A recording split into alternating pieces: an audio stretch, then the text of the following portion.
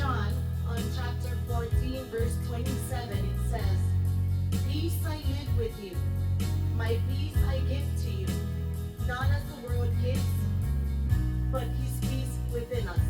Okay? "Let not your hearts be troubled, neither let them be afraid." Do not let anything make you afraid to serve your God. Your God, our God, your Father in heaven that loves you so much, loves each and every one of us. So my brothers and sisters, no matter what you're going through today, know that Jesus loves you.